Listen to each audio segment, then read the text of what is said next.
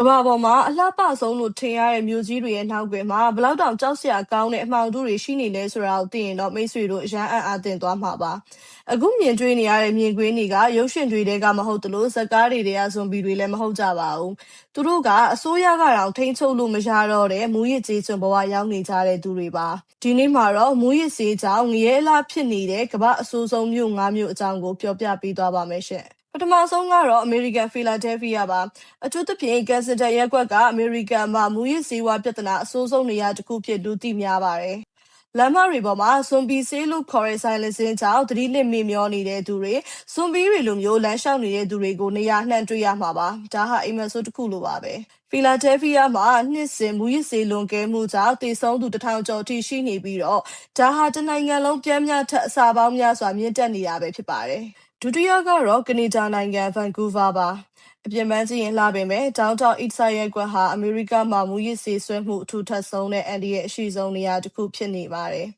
အများစုကအလွန်ပြင်းထန်တဲ့အကြိုက်ခဲပြောက်စေ opioids ကိုသုံးစွဲနေပြီးတော့အစိုးရကမူရစ်စေသုံးစွဲသူတွေအတွက်လုံခြုံတဲ့နေရာတွေစီစဉ်ပေးထားပေမဲ့လည်းထိန်းချုပ်ဖို့မလွယ်ကူတဲ့အခြေအနေလို့ဆိုပါတယ်။ကနေဒါနိုင်ငံရဲ့ British Columbia ပြည်နယ်မှာ2016ခုနှစ်နောက်ပိုင်းကစပြီးတော့မူရစ်စေလွန်ကဲမှုကြောင့်သေဆုံးသူတွေဟာထိမရနိုင်လောက်အောင်မြင့်တက်လာခဲ့ပါတယ်။တတိယကတော့မက္ကဆီကိုကတီဟွာနာပါအမေရိကန်နယ်စပ်မှာရှိတဲ့တီဟွာနာဟာမူရစ်စေကုန်သွယ်မှုလမ်းကြောင်းပေါ်မှာတည်ရှိနေတဲ့အပြင်မြို့တွင်းမှာလည်းစေသုံးဆွဲမှုနှုန်းအလွန်မြင့်မားပါတယ်မြို့ရဲမှာပြန့်နှံ့နေတဲ့ပီကာဒေးရိုစ်လို့ခေါ်တဲ့စေသုံးဆွဲတဲ့ခိုအောင်ရနေရာတွေဟာမြို့ရဲ့လုံခြုံရေးကိုချိန်ချောက်နေပြီးတော့မြို့လူဦးရေရဲ့တော်တော်များများဟာလည်းမူရစ်ကိုင်းတွေရဲ့တားကောင်ဖြစ်နေရပါတယ်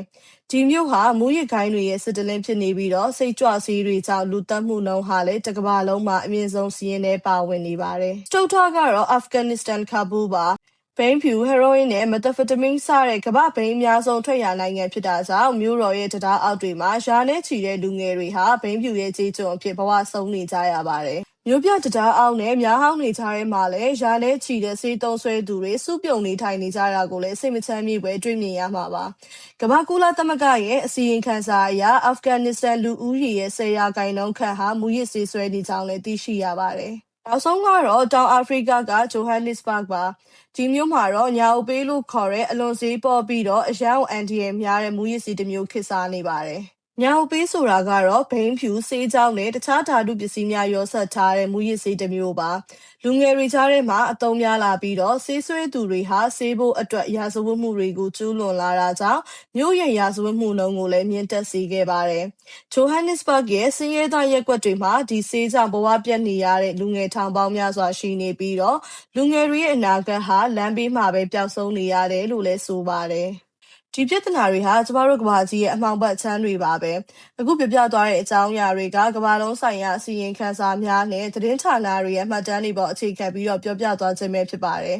ဒီကုန်းချုံအနေနဲ့ပြောရမယ်ဆိုလို့ရှိရင်ဒီမျိုးတွေရဲ့ကြာဆုံးမှုတွေကမူရစ်စေဝါရဲ့နောက်ဆက်တွဲဆိုးကျိုးတွေဖြစ်တဲ့ရာဇဝတ်မှုစည်ရံမွဲတေမှုနဲ့ကျန်းမာရေးပျက်စီးမှုတွေကိုထစ်ထစ်ရှားရှားပြသနေတာကိုလည်းတွေးမြင်ရမှာပါစမ်းကြည့်ရုံပါပဲဆိုတဲ့စကားတခွန်းကနေပြီးတော့အဆုံးမရှိတဲ့မူရစ်ငရဲကန်တွေကိုရောက်သွားနိုင်ပါတယ်။အဲ့တော့တင်းပတ်ဝန်းကျင်မှာလည်းမူရစ်စေဝါနဲ့ပတ်သက်ပြီးတော့အခက်အခဲကြုံတွေ့နေရတဲ့သူတွေရှိလို့ရှိရင်ဝိုင်းပယ်မထားဘဲနဲ့လမ်းကြောင်းမှန်ပေါ်ရောက်အောင်လို့ဝိုင်းဝန်းပြီးတော့ကူညီဖေးမပေးကြဖို့အတွက်တောင်းဆိုချင်ပါတယ်ရှင်။ဒီနေ့ဗီဒီယိုလေးကတော့ဒီလောက်ပါပဲ။ဆုံးဖြတ်ကြည့်ရှုပေးတဲ့အတွက်အားလုံးကျေးဇူးအများကြီးတင်ပါတယ်ရှင်။